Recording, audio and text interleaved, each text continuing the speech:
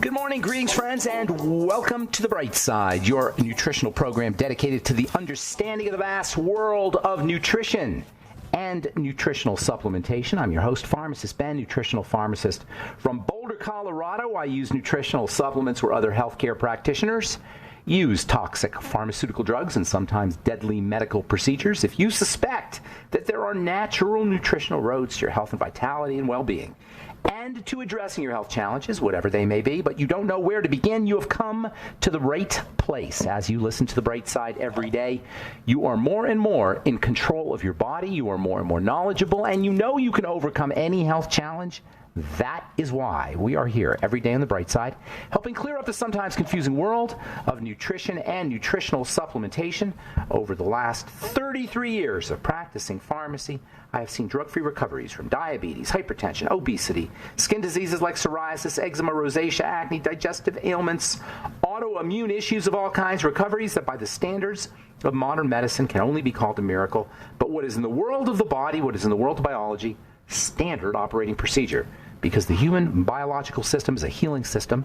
It's a regenerating system. It is designed divinely to heal and renew itself on a moment-to-moment basis. And while some folks may call that a miracle, it really is just the way the body works. If you have questions about health, nutrition, prescription drugs, if you want to wean yourself off your meds and get on a good nutritional supplement program, if you have a comment or a success story you'd like to share, we want to hear from you. We want this show to be a dialogue, not a monologue. This is about you. This is about what you think. I want to know what you think about nutritional supplementation. I want to know what you think about health challenges. I want to know if you've had a success story.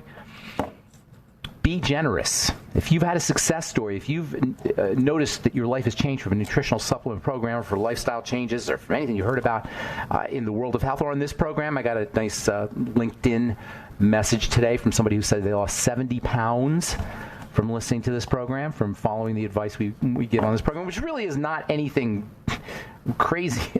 I mean, the stuff we talk about on this program is so simple.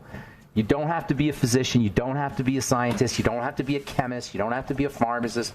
You don't have to be a medical professional. You don't have to understand how biology works. It's just plumbing and electricity and movement and good food and staying away from crappy food and nutritional supplementation and good thoughts. And it's really basic ideas. To me, this is craziness that we've medicalized and we've made the mysteriousized, if that's a word. We made it into a mystery of how the body works.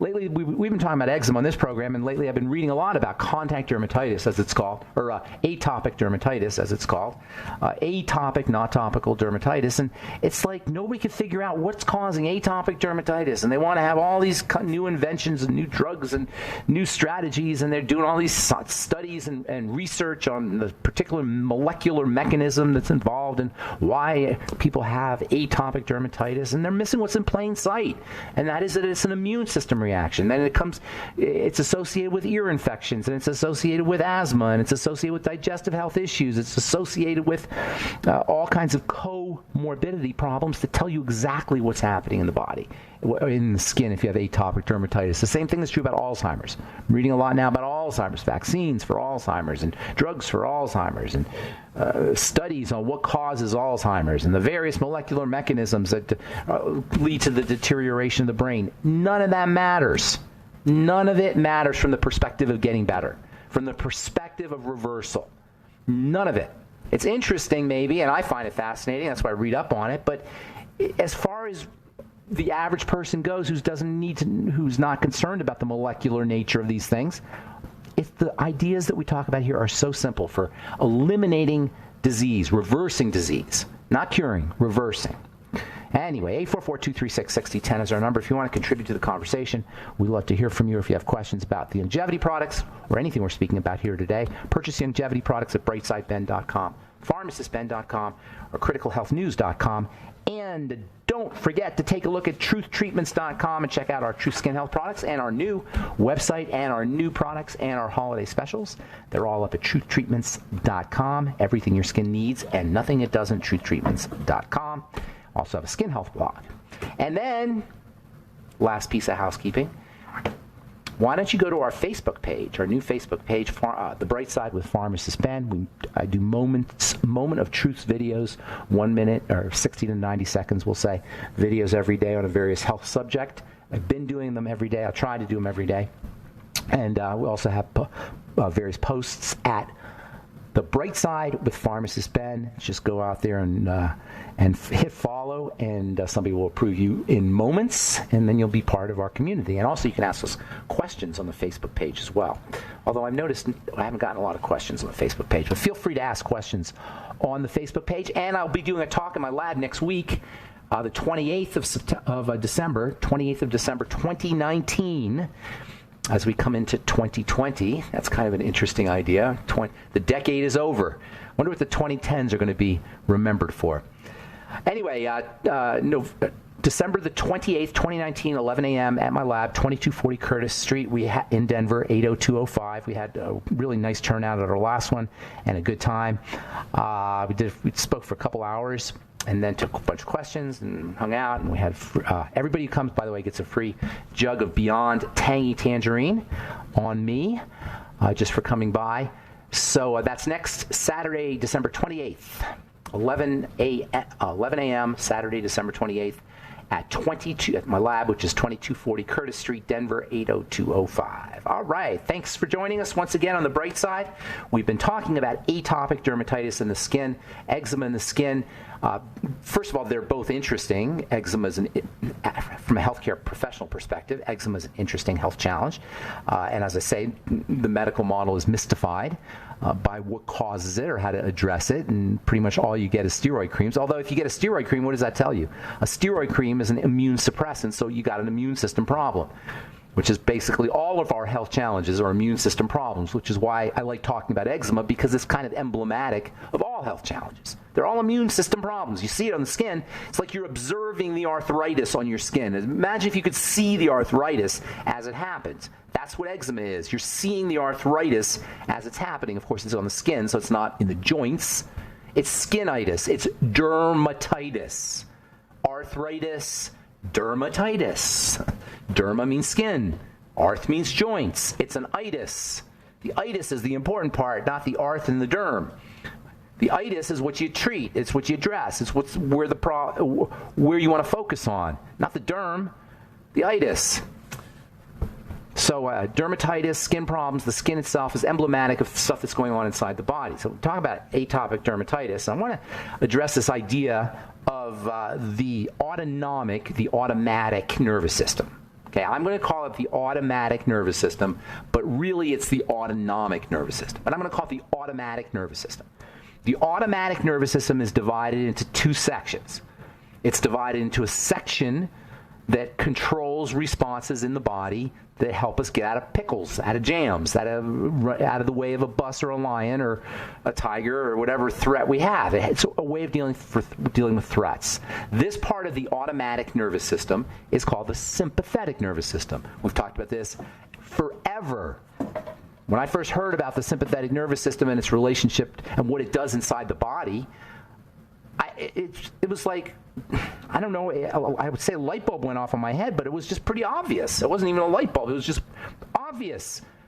The locus of disease is in the sympathetic nervous system. Now, that's a generalization. That's a very broad generalization. Nonetheless, it's useful. The parasympathetic nervous system is the safety nervous system. It's involved, and they're both involved in everything. You know, it's not like it's good, bad, that cut and dry, but for practical purposes, focus on the autonomic nervous system by calming the sympathetic nervous system down and by activating the parasympathetic nervous system activating the parasympathetic nervous system, you'll be better off for it. And your disease states will get better. Your heart disease will get better. Your energy levels will get better. Your immune problems will get better if you focus on the parasympathetic nervous system through the 10th cranial nerve. Talk about that when we come back from our break. The 10th cranial nerve is called the vagus nerve. And you're going to hear lots more about the vagus nerve in the coming years and decades because we're more and more understanding its relationship to having a good life, quality of life, and reversal of disease. All right, I'm Pharmacist Ben. 844-236-6010 is our number. We'll be back at...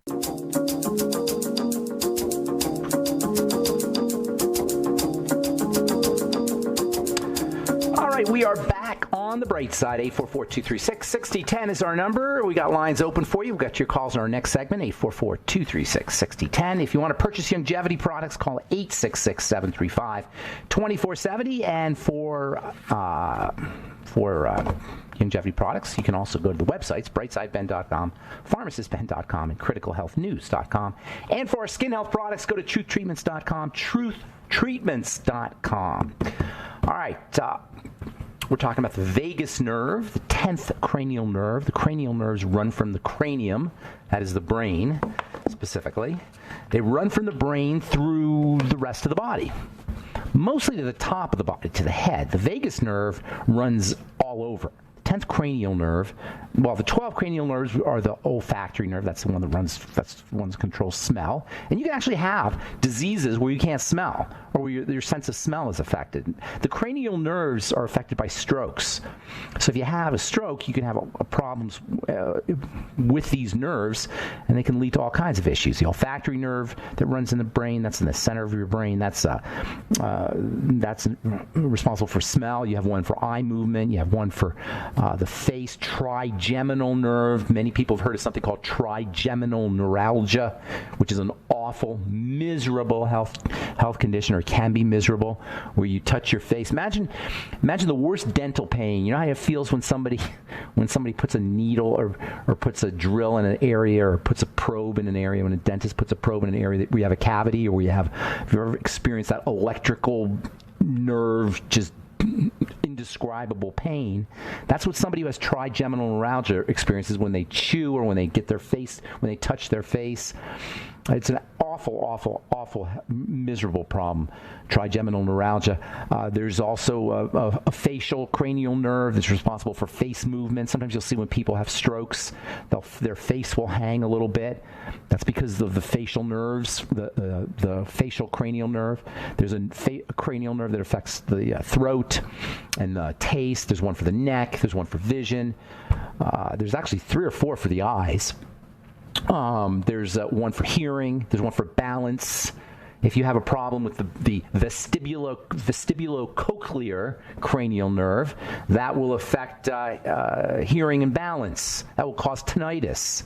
Tinnitus in the brain can be caused by these kinds of problems, inflammatory conditions at the level of the cranial nerve. Then there's the 2 that control the body.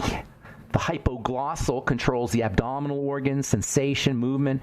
And then there's the 10th cranial nerve, which is I don't want to say the most important of the cranial nerves, but because it has so many different things that it affects, it plays a major role in how healthy or how not healthy we are. Vagal stimulation, learning how to stimulate the vagus, is a major, important, critical lifestyle modification that we can all do. That's what slow, deep breathing does. Slow, deep, rhythmic breathing is the fastest way to modify, to turn on vagal activity. The vagus nerve, because it's in the brain, is a classic example of why a classic demonstration of why the mind is connected to the body.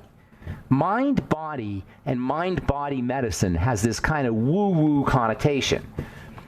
When a strict scientist, a hardcore scientist, here's mind-body, or let's say a materialist scientist, here's mind-body, they cringe. Because it has this weird kind of connotation, this new agey connotation. But it's not. It's as hardcore science as the vagus nerve. Mind-body, the concept of mind-body, the link between, when I say mind-body, I mean the link between the mind and the body is as hardcore scientific as the 10th cranial nerve. So anybody who doesn't believe in the link between the mind and the body, doesn't believe in biology. It's a biological phenomenon. This whole separation of mind and body is really, it's kind of got religious overtones. It came from back in the days when they wanted to leave God to the mind to God, and they were willing to give up the body to man in the Age of Enlightenment. The first guy who really talked about mind-body in a philosophical sense was Descartes. He said, "I think, therefore I am." And that whole idea of a thinker and a body, a thinker inside a body, if you will, that whole idea of a thinker inside a body where they were separate and where they didn't interact, where you could just play around with the body, had nothing to do with the mind, that was that's a vestige of a philosophical principle that's hundreds of years old, really thousands of years old. The Greeks were the first people to separate the two. They call psyche and soma. In any case, today we know they're linked. What this means is the 10th cranial nerve, the fact that the 10th cranial nerve affects the body the way it does via the parasympathetic nervous system, means that you can control your body and how it responds with your mind. Now, we all know we can lift our arm. You know, if you see something you want to pick up a pencil, that's mind-body, clearly. You think a thought, I want to pick up that pencil, you pick up the pencil. And that's obvious. But what's less obvious is your blood pressure can be controlled by your thoughts. What's less obvious is your blood sugar can be controlled by your thoughts. What's less obvious is your cortisol can be controlled by your thoughts. And that's why I always say there's multiple dimensions to healing. It's not just physical. It's not just supplements. If you are controlling your blood pressure with your brain, if you're controlling your blood pressure with your nervous system, if you're controlling your blood pressure with your autonomic nervous system, and you have a way of hacking into that, and that's what we're going to talk about here in the coming days, ways of hacking into that, you can control your blood pressure. That is so powerful because you don't need an authority. You don't need anybody outside you to do it. You are your mind. You have control over your mind. If you can leverage, first you have to understand, first you have to know, then you have to understand, then you have to leverage. So what we're talking about here is knowing, making it clear that this is the case, that the vagus nerve is part of the autonomic nervous system. It controls the body. And the vagus nerve is a cranial nerve. It's a brain nerve. It's a neurological, it's part of the neurological system. Now all we got to do is figure out how to hack into the thing. See, the idea that it's automatic doesn't mean we don't have control over it. The idea that it's autonomic doesn't mean we don't have control over it. What it means is usually we don't bother. It's going to run on its own. It runs underneath our awareness. It runs underneath our consciousness. It runs subconscious. That's what the subconscious is about. Subconscious or unconscious means the things that affect us that we don't know about, or we're not paying attention to, or we're not conscious of. It doesn't mean it's a location. It just means that we're not aware of it. But that doesn't mean we can't be aware of it. That doesn't mean we can't be conscious of it. If you have high blood pressure, take your blood pressure, take a blood pressure cuff and see what it is. Now sit on it after you get a baseline. Sit on the couch and practice slow, deep breathing for 5 minutes. 5 minutes. Slow, deep, rhythmic breathing. Guess what's going to happen? You will modify your parasympathetic nervous system through the vagus nerve, and you will lower your blood pressure. The same thing can be done with cortisol. The same thing can be done with angiotensin, which is a blood pressure chemical. Same thing can be done with insulin and blood sugar, although that's a little bit more tied into food.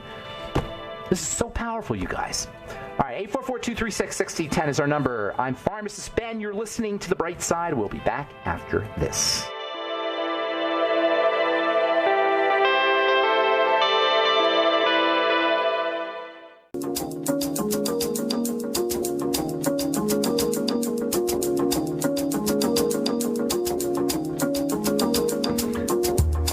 All right, we're back on The Bright Side. I am Pharmacist Ben, and we've got lots of lines open for you. 844-236-6010.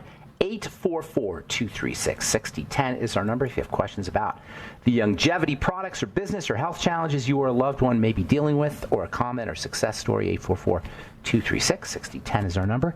You can purchase longevity products by calling 866-735-2470 or by heading to brightsideben.com, pharmacistben.com, or criticalhealthnews.com. We've got news stories and blog posts in addition to the products at brightsideben.com, pharmacistben.com, and criticalhealthnews.com. Also want to remind you to check out our Truth Skin Health products at truthtreatments.com, and also our new Facebook page, The Bright Side with Pharmacist Ben.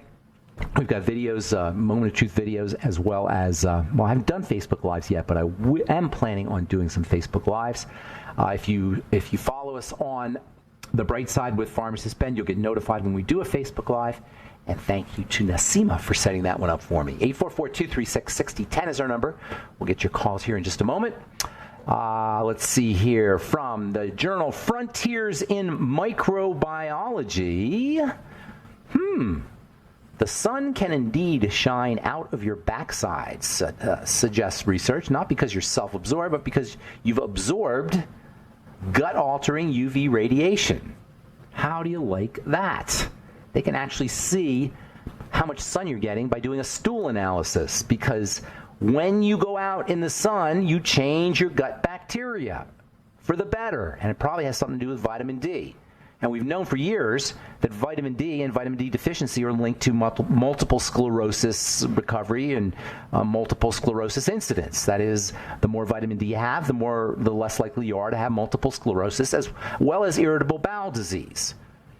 Vitamin D is an anti-inflammatory, pro-immune, immune-boosting vitamin, and you get more of it from the sun. And now it's thought that this has to do with the gut. Surprise, surprise, because the immune system is housed in the gut. The relationship between vitamin D, the microbiome, and sunshine is extremely important if we're going to leverage the body's ability to resist disease.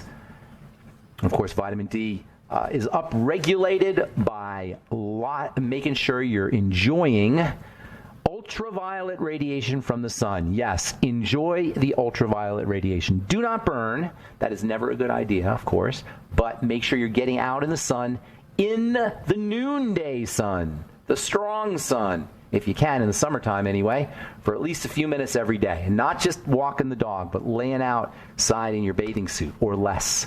The more skin that contacts the sun, the more vitamin D you will be making. And if you're African American or you're dark skinned, it's even more important, because the melanin in dark skin will keep you from making vitamin D. So it's extra super duper important that you get sunshine if you're African American or have dark skin, and also eating vitamin D containing foods, although that is not the best way to get your vitamin D. The sun is the best place to get your vitamin D.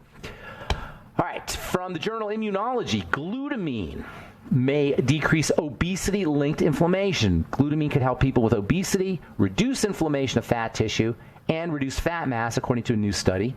That's because glutamine helps the body process sugar. This is from the journal study was in the journal Cell Metabolism. Glutamine is a really, really interesting, important, and very functional amino acid. Probably the most functional, I don't want to say the most, but one of the most functional of all the amino acids. Of course, they're all important. But glutamine is just stupendously important. It's part of the glutathione molecule, which is the body's major anti-aging, antioxidant, detoxifier substance. The more toxic you are, the more glutamine you're going to benefit from. Glutamine is important for muscle building. It's important for brain health. So many the intestine, very important for intestinal health. Cells of the intestine use glutamine for energy. Glutamine can help the body process energy. That's why it's important as an anti-inflammatory. Now there are some people who will tell you not to supplement with glutamine. It's a cancer feeder. Cancers, can use glutamine for energy. I'm not buying it. It's not probably a good idea to take lots and lots of an amino acid without taking the full spectrum, because that's not how nature intended us to get amino acids, and that gets you into the whole question of supplementation. And there are some people who say you shouldn't supplement. Nature didn't intend you to have nutrients put into the body that way, and I can see their point. But the fact is our environment is so mucked up, and we're breathing so much nasty air and drinking so much nasty water, and our food is nutritionally deficient, the soils are deficient, we all know the stories. Supplementing is something we have to do. In my opinion, it's just a necessary evil, something you got to do. And supplementing with glutamine can help you out in so many different ways. For your intestine, for your immune system, for detoxification, for muscle building, for brain health, and now apparently for folks who have obesity, to reduce inflammation of fat tissue. And keep in mind, fat makes inflammatory chemicals. The more fat you're carrying, the more inflamed you're going to be, micro-inflamed.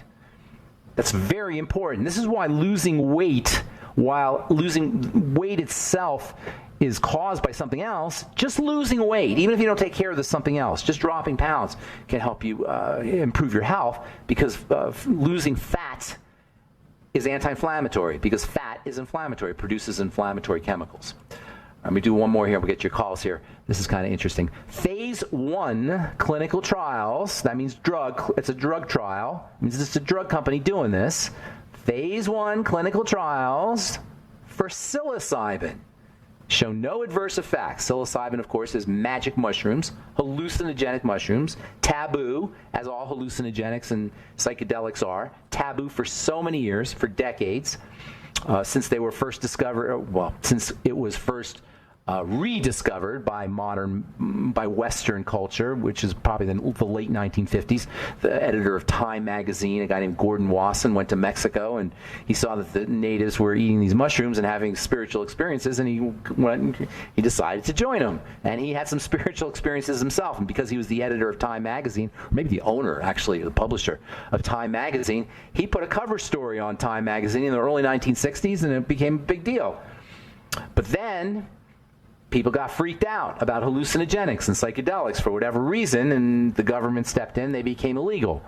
Still, over the last 10, 15 years, they have been rediscovered by the medical community, and now they're being used for people who have PTSD and people who are dying from cancer and people who have depression. And now drug companies are involved because, of course, if something works, the drug companies want to know how it works. And what they'll do is they'll isolate the molecule that has the antidepressant properties, and they'll tweak it and patent it, and you'll be able to buy mushroomabab or something, or psilocybabab, or they'll come up with some crazy name for it, and it'll be the same thing that you can get grown in cow patties or grown wherever mushrooms grow.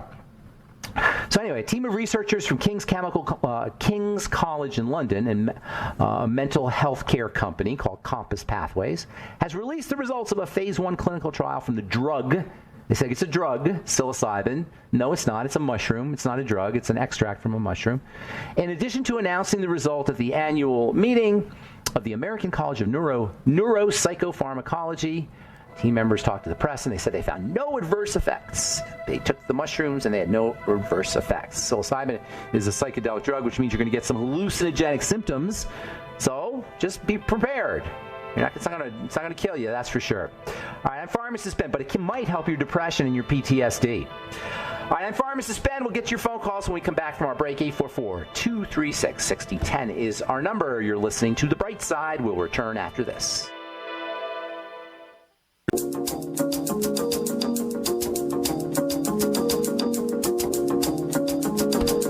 We're back on The Bright Side. I'm Pharmacist Ben. 844-236-6010 is our number. Got lines open for you. I'll be doing a talk in my lab at 2240 Curtis Street in Denver, Colorado, 80205. This next Saturday, December 28th, 11 a.m. And then we'll talk longevity, we'll talk nutrition, and everybody who comes by will get a jug of Beyond Tangy Tangerine. We'll talk some skincare. And then we'll talk about the business as well, if you're interested in talking about the longevity business. And if you're in the Denver area, I'd love to see you next Saturday, December 28th, 2019, 11 a.m., 2240 Curtis Street, Denver, 80205. All right, our number today is 844-236-6010. And it's time to go to the phones. We got lots of lines open for you, by the way. 844-236-6010. Say good morning to Barry in New Orleans. What's up, Barry? Yes, good morning. Yes. I had a few questions I want to ask you. Sure. You can comment on all of them, because a lot of times I don't get to ask all the questions, but if you have to cut... It's all you today. It's all you, my friend. So what's your first... Hit me with your first question. My last one is health-related, but I was curious as to whether you thought there are spiritual laws that govern the universe. The what kind of laws? Spiritual laws that govern the universe. Well, that's an interesting phrase. Spiritual laws that govern the universe.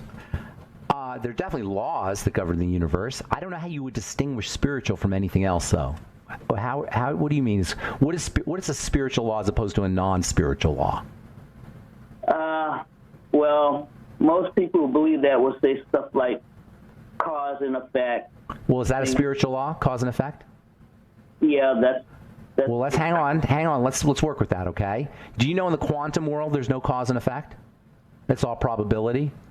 No. It's only at the big level. Like when you drop a pencil and it goes down, that's the law. That's the law of gravity, right? Or that's cause and effect. Well, let's do cause and effect. You hit something, you hit a lever, the lever goes up. That's cause and effect. But according to quantum physics, that's only probably, it will only probably happen that you hit the lever on one side and the other side goes up.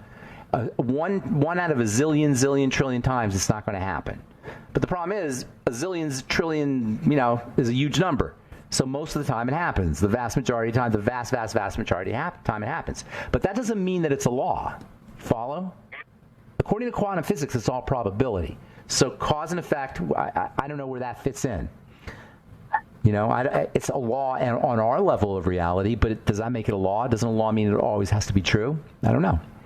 That's a big question. I don't really like the phrase spiritual laws. I think there are things that are the right thing to do in the sense that when you do them, you build rather than break things down. There's two major forces. There's the force of building and there's the force of breaking down.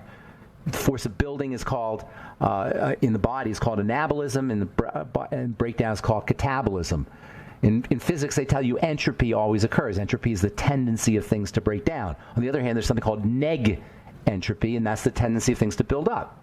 So there's always these two things happening, these two forces happening at any moment. And what I think, rather than thinking in terms of spiritual laws, I think more in terms of being aligned with building, being aligned with neg-entropy, being aligned with how things are put together, rather than being aligned with how things fall apart. That's what I think health is. Health comes from the word whole.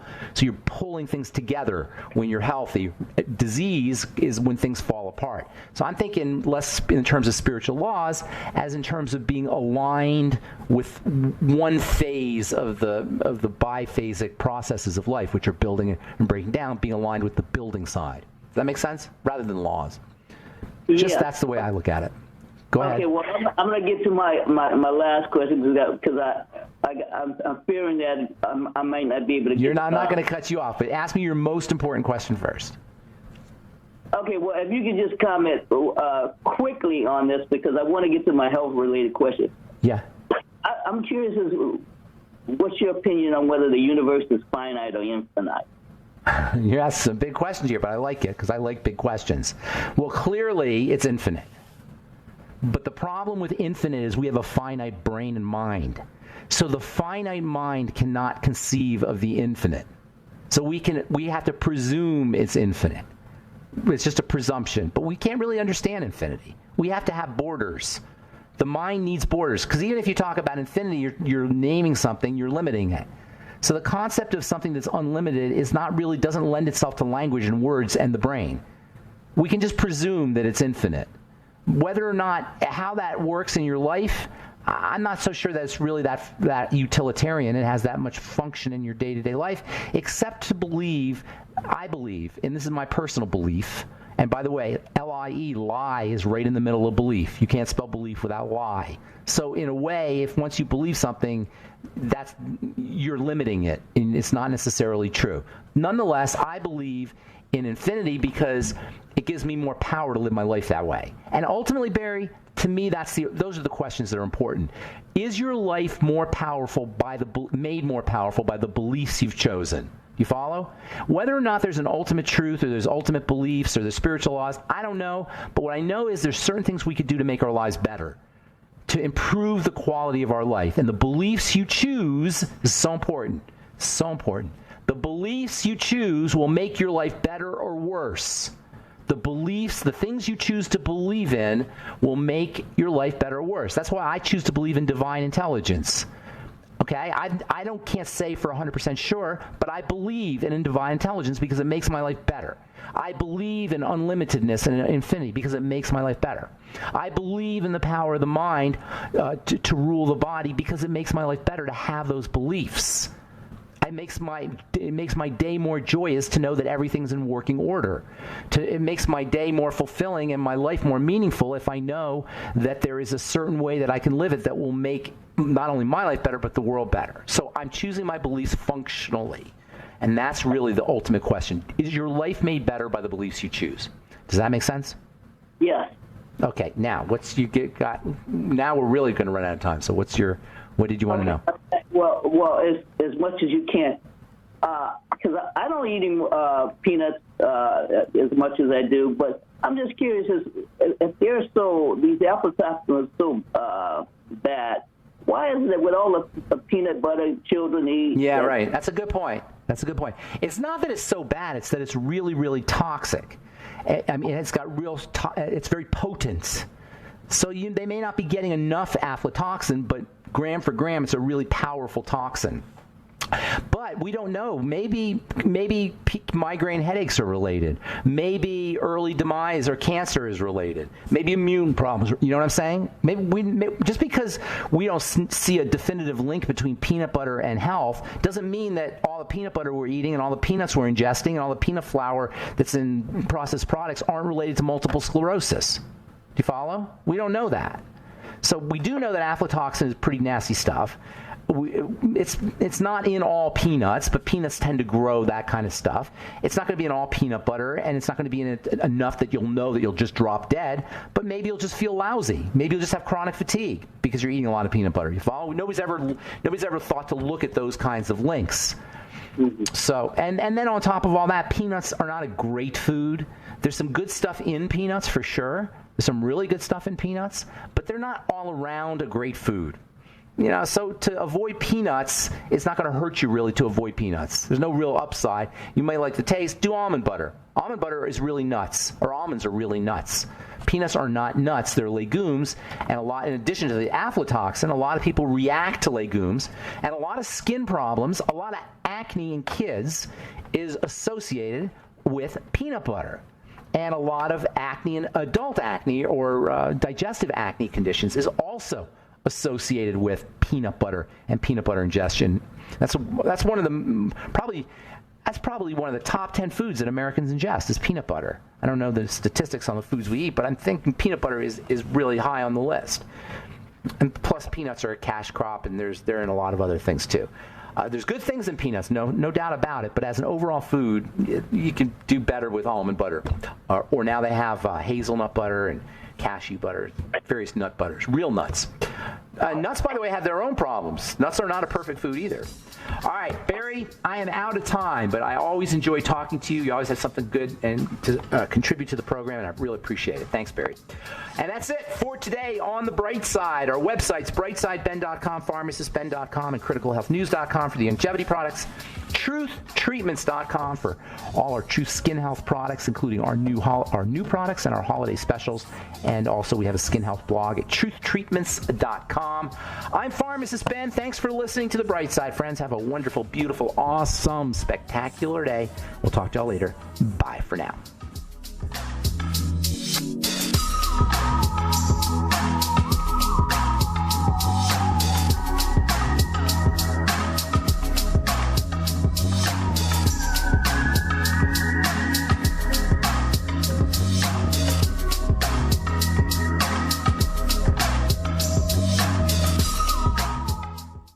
Jake was in big trouble with the IRS. He owed how much? $92,000. Ouch. The IRS left no room for Jake to breathe. They put a lien on my house, took all the money out of my bank account, took money out of my paychecks. So it was a nightmare. He needed help fast. I figured that all these companies were the same until I called Federal Tax Management. You could just tell they knew what they were talking about. Right then and there, I felt like I had some hope. Stop the liens.